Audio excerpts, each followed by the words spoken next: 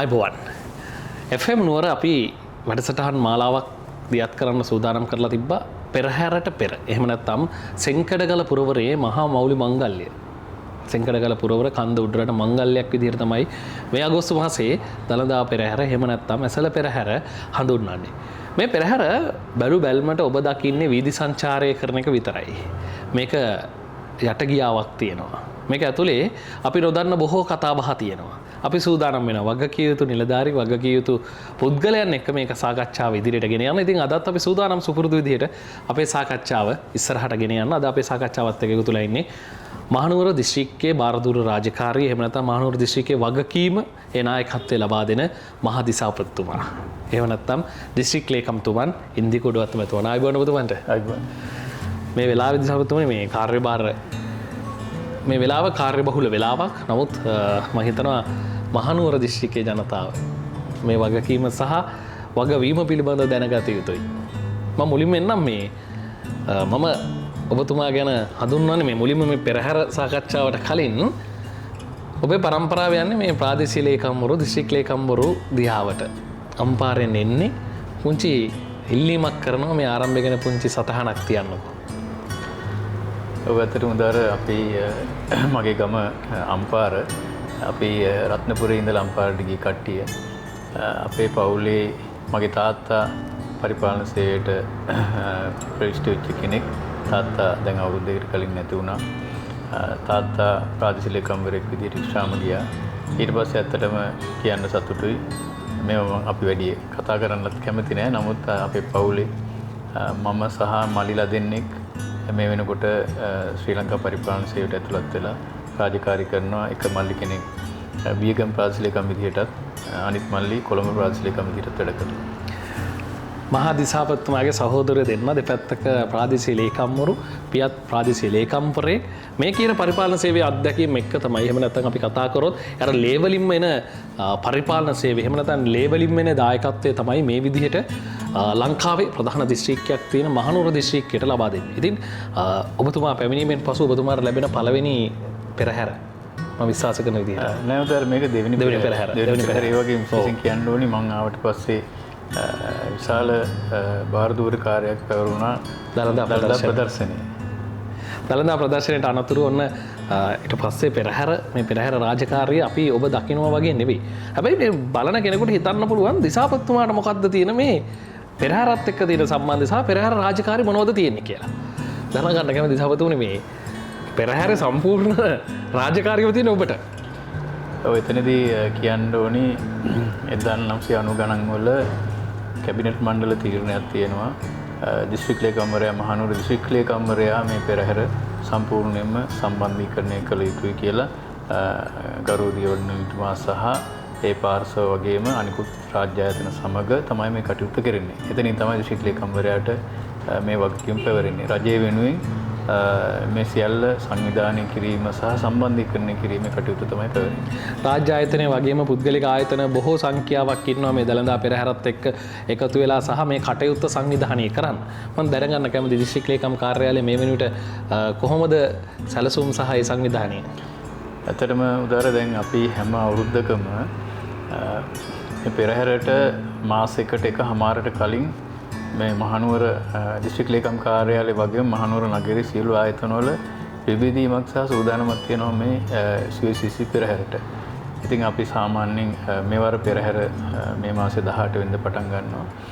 අපි ගිය මාසේ පළවෙනි සාකච්ඡාව සාමාන්‍යයෙන් අපි සාකච්ඡා වට දෙකක් හෝ තුනක් පවත්වනවා ශ්‍රී දළදා මාලිගාව තුළ.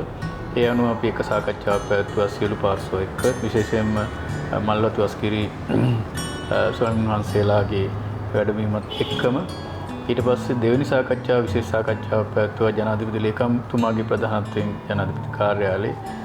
තුන්වෙනි සාකච්ඡාව අපි මේ සතියේ පවත්වනවා ශ්‍රී දළදා මාලිගාවේ. මේ සාකච්ඡාව වලින් තමයි මේ සියලුම සම්බන්ධීකරණ කටයුතු සහ සංවිධාන කටයුතු සාකච්ඡා වෙන්නේ.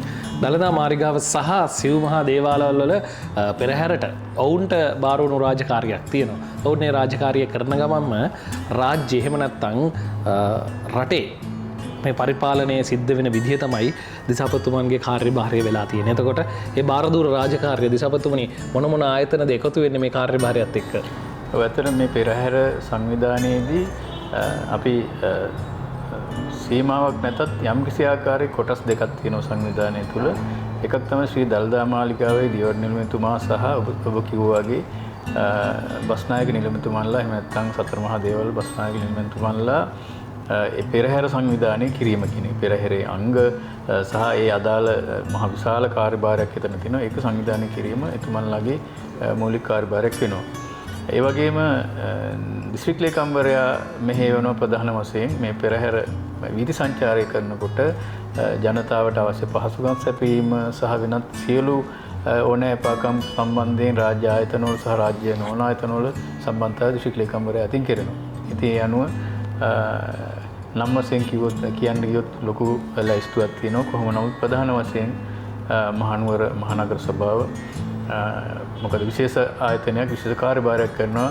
විශේෂයෙන්ම කියන්න ඕනින් මහනගර සභාවේ වැඩ කරන කම්කරුවෝ මේකේ ප්‍රධාන දායකත්වයක් දරන පිරිසුදු කියන මොකද එළි වෙනකොට සංචාරය කරාට පස්සේ එළි වෙනකොට පිරිසුදු වෙනවා. ඉතින් ඒකේ අර වුන් තමයි මේකේ ප්‍රධාන දේ කරන්නේ. මහනගර සභාවේ වගේම ආරක්ෂාව මේ පැත්තෙන් ගත්තොත් පොලිසිය සහ ආරක්ෂක අංශ මේ වගේ ආයතන සියලුම ආයතන එකක් නෙමෙයි උදාර ආයතන රාශියක් මේ ක්‍රියාවලිය තියලා ඉන්නවා. ඒ වගේම තමයි මේ දිස්ත්‍රික් ලේකම්තුමනි දැන් මේ රාජකාරී අතරතුර අපසුසස් පෙළ විභාගයක් පැවැත්වෙනවා. ඒක එක පැත්තකින් සිද්ධ වෙනවා. ඊට අමතරව පාසල් නිවාඩු දීලා තියෙනවා.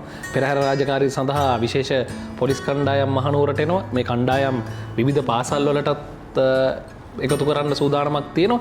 මොකද්ද මේ සූදානම සහ එදිනෙදා ජන ජීවිතයට හරි නොවන අයුරින් මේක කොහොමද සංවිධානය වෙන්නේ? ඔව් එතනදී ඇත්තටම ආසන්න වශයෙන් පොලිස් නිලධාරීන් 6000ක් පමණ මේ රාජකාරියේදී ආරක්ෂාව සැපයීම නිරත වෙනවා.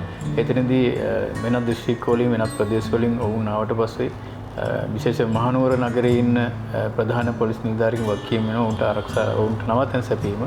ඒ අනුව දිස්ත්‍රික් ලේකම්වරයා නැත්නම් මගේ හරහා ඔවුන්ට අපි පාසල් අධ්‍යාපන දෙපාර්තමේන්තුවට කතා කරලා පාසල් වැඩි වශයෙන්ම පාසල් සහ වෙනත් රාජ්‍ය ආයතන නවතන් ගන්න පහසුකම් සලසනවා. එතනදී අපි සැලකිලිමත් වෙලා තියෙනවා පළාත් සභාවත් එක්ක කතා කරලා මේ උසස් පෙළ විභාගයේ පැවැත්වෙන පාසල් මේ කාරණයට ගන්න නැතුව ඉන්නත් ඒ වගේම උසස් පෙළ විභාගයට කිසිම ආකාරයකින් බාධාවක් සිදු නොකරන්නත්. ඒ වගේම තමයි මේ ප්‍රවාහන සේවය මෙන්න මේ කියන දින කීපය තුළ තව නොබෝ දිනකින් කප පෙරහැර පටන් ගන්නවා.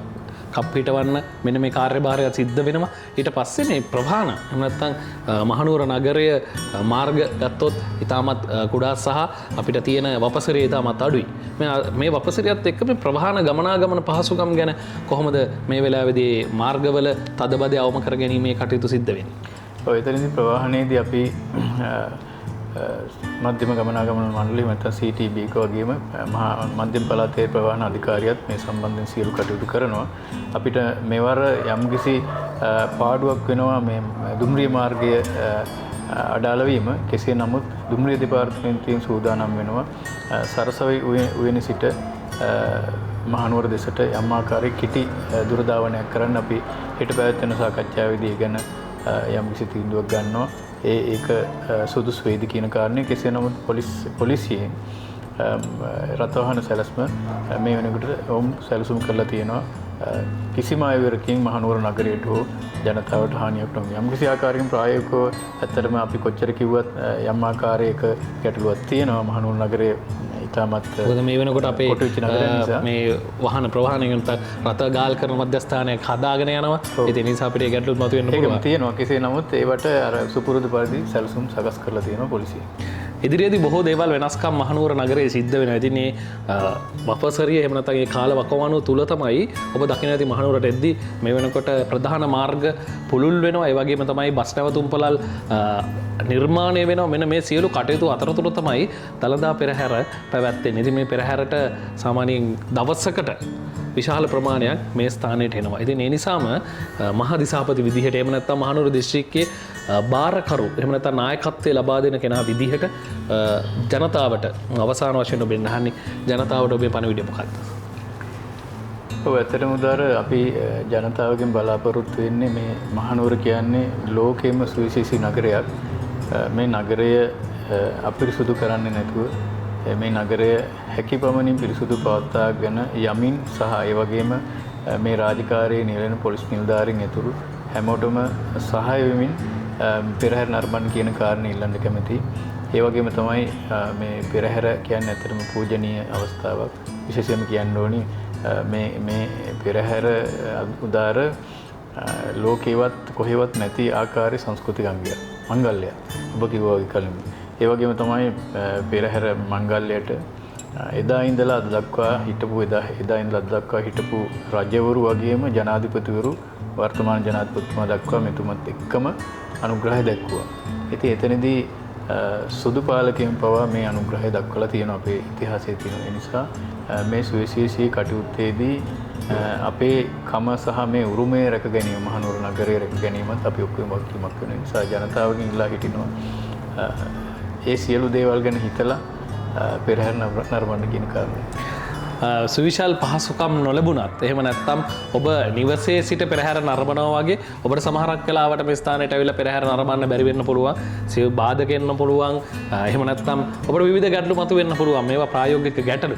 ඉතින් මේ දේවල් ඔබ ඉවසා දරා ගැනීමට හැකියාවක් තිබෙනවා නම් ඔබ පෙරහැර නරඹන්න එන්න. මොකද සමහරක් වෙලාවට පෙරහැර නරඹන්න ආවට පස්සේ ඔබ සැප පහසුකම් හොයන්න පුළුවන්. ඒ විට ඔබ ඇඟිල්ල දික් කරනවා වෙන්න පුළුවන්. මෙවැනි බාරදූර රාජකාරියක් කරන අවසානයේදී මේ නිලධාරීන්ට ඔබ ඇඟිල්ල දික් කරලා යනවා.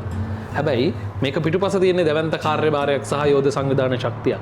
යම් යම් අඩුපාඩු වෙන්න පුළුවන්. මොකද පුංචි නගරයක් අපි මේ නගරය තුර තියෙන දේවල් එක්ක තමයි මේ සියලු වැඩ කටයුතු සිද්ධ වෙන්නේ. ඉතින් අපි ඔබට ආරාධනා කරනවා දිසාපතිතුමා ආරාධනා කරා වගේම එන්න දළදා පෙරහැර නරඹන්න. ඔබ අරන් එන දේවල් නැවත ඔබ නිවසට අරන් යන්න. මොකද එහෙම නැත්නම් අර කිව්වා වගේ කම්කරුවන්ටත් ලොකු ගැටලුවක්. මොකද ඔවුන් දිවාරාර්ථී නොලබා මේ කාර්යභාරය ඉෂ්ට කරනවා. ඊට වගේම තමයි වැව මේ තියෙන පරිසරය මේ සියල්ල අපවිත්‍ර වෙන්න පුළුවන්. ඒ නිසා මේ සියල්ල ඔබෙත් වගකීමක් නිලධාරීන්ගේ පමණක් නෙවෙයි. අපිටත් යුතුයකමක් වගකීමක් තියෙනවා මේ දේවල් ආරක්ෂා කරගන්න. ඉතින් ඒ ආරාධනය කරන ගමන් දිසාපතිතුමනි කාර්ය බහුල වේලාවක ඔබතුමාගේ පැමිණීමට බොහොම ස්තුතියි. අපි සූදානම් පෙරහැර අවසන් වෙනතුරු ඔබට නුවර FM තුලින් මේ සියලු දැනුවත් කිරීම කරන්නේ නම් ඔබට බොහොම ස්තුතියි. සුබ දවසක්.